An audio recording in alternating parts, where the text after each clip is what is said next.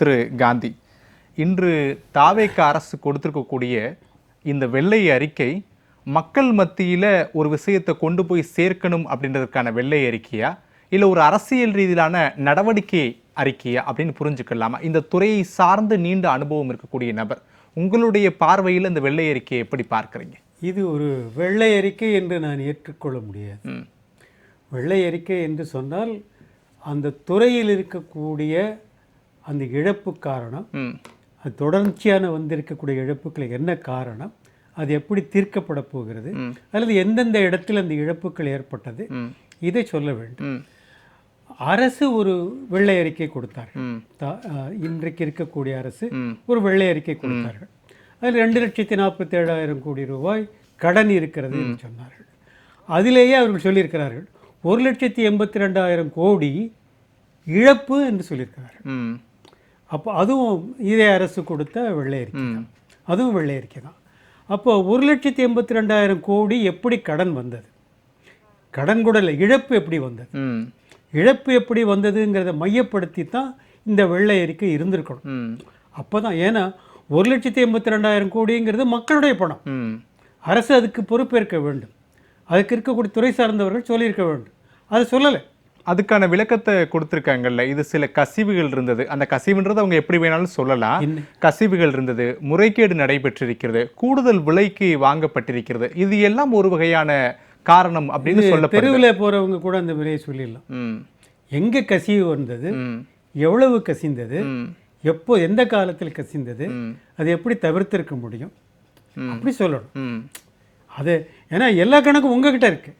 நான் வெளியே தெருவில் போகிறவரை கேட்டால் அதான் சொல்லுவார் அவர், நீங்கள் கொள்ளை விலைக்கு வாங்கிட்டீங்க அப்படி அவர் சொல்கிறதும் நீ ஒரு அமைச்சர் சொல்ல முடியாது, அல்லது ஒரு நிர்வாகத்தில் இருக்கக்கூடியவங்க சொல்ல முடியாதுல்ல. இன்று அப்போ அந்த வெள்ளை அறிக்கையை வெளியிடுவதற்கான அழுத்தமோ காரணமோ என்னவா இருக்கும் தாவேக அரசுக்கு? இதில் சொல்லப்பட்டிருக்கக்கூடியதில் ஒரு முக்கியமான விஷயத்தை நான் பார்க்குறேன்.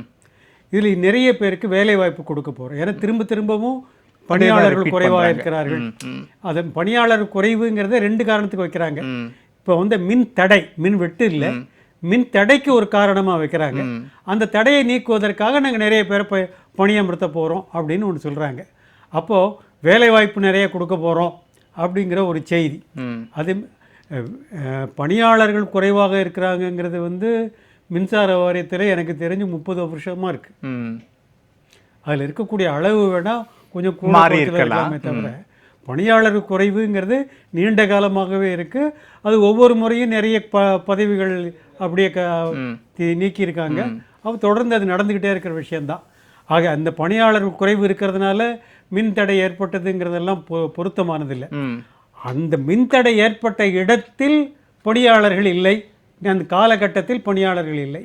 அப்போ அது என்ன பண்ணணும், நிர்வாக ரீதியாக தீர்த்திருக்க வேண்டிய விஷயம் அங்கே பணியாளர்கள். ஏன்னா நீங்கள் இந்த பணியாளர், இது ரொம்ப முக்கியமான ஒரு விஷயத்தை நம்ம பார்க்கணும்.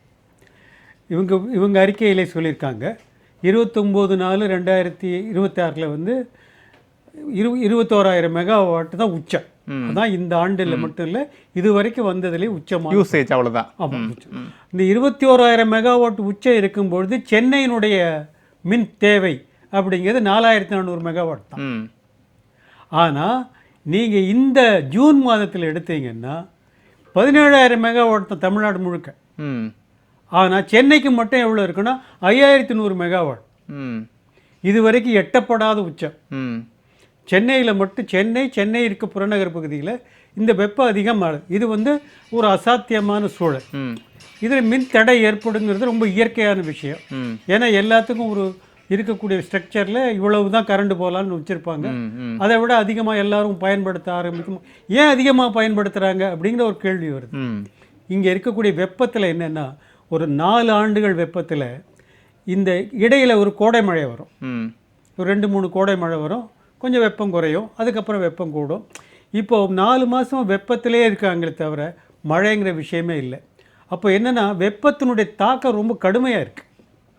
அப்போ இவங்க எப்போ மின் வெட்டு வருது, மின் தடை வருதுன்னு பார்த்தீங்கன்னா 7 மணிலேருந்து 11:30 மணி வரைக்கும் இரவு. அதாவது சாதாரணமாக எப்போ வாழ்க்கை தொடங்குறாங்களோ அந்த நேரத்தில் தான் மின் யூசேஜ் அதிகமாக இருக்கும்போது மின்தடை வருது. மின்தடைங்க சரி. அது எப்படி குறிப்பிட்டபடியே பார்த்தீங்கன்னா சென்னை புறநகர் பகுதி, செங்கல்பட்டு, காஞ்சிபுரம் ஆக இருக்கக்கூடிய நகர்ப்புற பகுதிகள். இப்படி எடுத்தீங்கன்னா ஒரு 70 பக்கம் எடுக்கலாம், 80 இடத்துல இருக்கலாம். அங்கே இடர்பாடு ஏன் நீண்டுட்டே போகுதுன்னா, உடனடியாக அந்த தடையை நீக்குவதற்கான பணியாளர்கள் இல்ல. அவர் எங்கேயாவது ஒரு இடத்துல இருந்து வரணும். ஒரு 2 கிலோமீட்டர். காந்தி சொல்லக்கூடிய விஷயம் இப்படியா இருக்கு, ஆனா அமைச்சர் சொல்லக்கூடிய விவகாரம் வேறு விதமா இருக்கு. இது செயற்கையா அந்த தடை உருவாக்கப்படுது யாரோ ஒருவரால் அப்படின்ற ஒரு குற்றச்சாட்டு வைக்கிறாங்க. அது ஏற்றுக்கொள்ளும்படியா இருக்கா? இன்னைக்கு செய்தியாளர் சந்திப்புல கூட அதுதான் அழுத்தமா வைத்தார் அமைச்சர். செயற்கையாக இது ஏற்படுத்த முடியாது. அவர் என்ன சொல்றாரு, ஒரு மாதிரி ஃபீஸ் கேரியர் எடுத்துட்டு போயிட்டாங்க அப்படின்னு சொல்லியிருக்காரு. அது ஃபீஸ் கேரியர்னு கூட நம்ம சொல்ல முடியாது. ஹெச்ஆர்சி ஃபீஸுடைய லிங்க்னு ஒன்று இருக்கு. அந்த லிங்க் எடுத்துட்டு போற விஷயத்தை தான் சொல்றாங்க. அது எடுக்கிறதும் ஒரு பகல்ல எடுக்கிறதா இருக்கு. இரவு நேரத்துல மின்தடை, ஆனா பகலுடைய காட்சியா இருக்கு. அதுக்கு அப்போ எடுத்த பிறகு உடனே எல்லாருக்கும் தெரியும். அந்த ஃபீஸ் கேரியர் எடுக்கிறதுங்கிறது வந்து அங்க இருக்கக்கூடிய பணியாளர் ஒருத்தர் தான் செய்ய முடியும். அதெல்லாம் ஒட்டுமொத்தமா இன்னைக்கு வெளியிட்டது ஒரு வெள்ளை அறிக்கை இல்ல. அதாவது இதுக்கு முன்னாடி 2021ல ஆட்சி மாற்றம் வந்த பொழுது கூட அப்ப மின்தடை இருந்தது. அப்ப என்ன சொன்னாங்க, அணில்னால ஒரு மின்தடை வந்தது. அது பெரிய விமர்சனத்துக்குள்ளாச்சு. அப்போ அடிப்படையிலேயே என்ன பண்ணா, நிர்வாகத்தில் இருக்கக்கூடியவர்கள் அமைச்சரை வந்து தவறா வழி நடத்துறாங்க. அமைச்சர் எப்படி சொல்ல, அவருக்கு நிச்சயமா தெரிஞ்சிருக்க முடியாது. அவர் கீழே இருக்கக்கூடிய நிர்வாகிகள் தான் சொல்லியிருக்கோம். இப்போ என்ன சொல்லியிருக்காங்க, எல்லா இடத்துலையும் நாங்கள் ஸ்குவாடு போட்டிருக்கோம், இத்தனை பேருக்கு இவ்வளோ இடம் தடுக்கப்படும் பண்ணியிருக்கோம். அப்போ இப்போ இன்னைக்கு மின்தடைகள் வந்து குறைவாக இருக்கு, குறைஞ்சிருக்கு. அப்போ இதுதான் முன்னாடி செஞ்சுருக்கணும். அது யார் செஞ்சுருக்கணும்? அங்கே இருக்கக்கூடிய சீஃப் இன்ஜினியர் செஞ்சுருக்கணும், இல்லை அவருக்கு கீழே இருக்கக்கூடிய அதிகாரி செஞ்சுருக்கணும், இல்லைன்னா மேன்மையாக இருக்கக்கூடிய இன்னைக்கு ஒரு விஷயம்.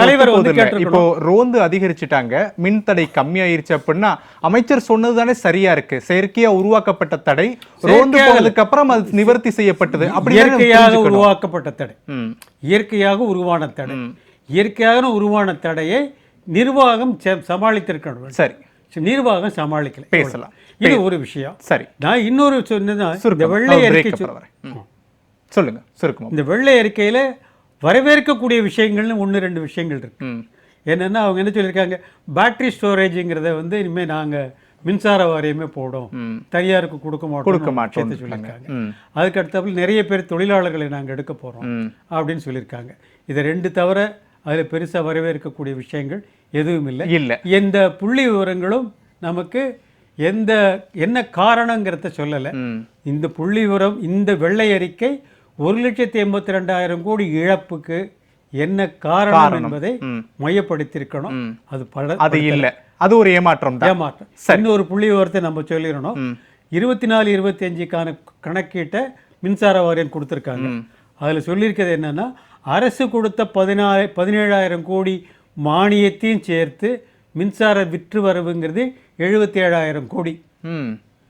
மின்சார கொள்முதல்ங்கிறது 60% கொள்முதல். 60% கொள்முதல் எவ்வளவுனா 76,000 கோடி. அப்போ எங்க இழப்பு ஏற்படுங்கிறது ரொம்ப தெளிவா இருக்கு, தெரியுது. அதை வெளிப்படுத்தியிருக்க பேசலாம்.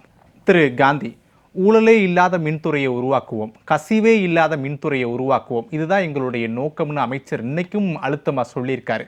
சாத்தியமா 5 ஆண்டுகள்ல இந்த அரசால அது உறுதியாக நிறைவேற்றி விட முடியுமா? நிச்சயமாக முடியாது. மின்சாரத்துறை என்பது முழுக்க நடுவண அரசினாலே வழிநடத்தப்படுகிறது. மாநில அரசுக்கு இருக்கக்கூடிய அதிகாரங்கிறது இப்போ கட்டண உயர்வு வந்ததுன்னு சொன்னா அதுல மானியம் கொடுக்கற அளவுக்கு தான் மாநில அரசுக்கு இருக்கக்கூடிய உரிமை இருக்கு. அப்போ கொள்முதல் கூட செய்யக்கூடிய விஷயங்கள், மற்ற விஷயங்கள்ல இருக்கக்கூடிய ஊழல், அந்த கொள்முதல் இவங்க கிட்ட இருந்து பண்ணணுங்கிற கட்டாயமே நடுவண அரசு பண்ணுறாங்க. இவங்க கிட்ட இருக்கிற மின்சாரத்தை நீங்க தடை செய்யக்கூடாது, இது போன்ற சட்டங்கள்லாம் நிறைய இருக்கு. ஆக இன்னைக்கு மின்சார வாரியத்தினுடைய நஷ்டத்திற்கான காரணம் என்னங்கிறத தொகுத்து சொல்றதுன்னு சொன்னா நடுவண அரசினுடைய பெரும்பகுதியான சட்டங்கள். 2வது, இந்த மின்சார வாரியத்துக்கு 2 பிசினஸ் இருக்கு. ஒன்று மின்சாரத்தை வாங்கி விற்கிறது, 2வது மின்சார கட்டமைப்பை தனியாருக்கு திறந்து விடுவது. இதுக்கு சட்டபூர்வமானதான். மின்சார கட்டமைப்பை பயன்படுத்தக்கூடிய தனியார்கள் தான் இந்த நஷ்டத்தை உருவாக்கி இருக்கிறார். சரி, இது வந்து இதற்கான முக்கோட்டு கூறணும் யாருன்னா ஆணையம், மின்சார வாரியத்தினுடைய தலைமை பொறுப்பில் இருக்கக்கூடியவர்கள், இந்த தனியார்கள். இந்த 3 பேரும் சேர்ந்து தான் இது நிறைவேற்ற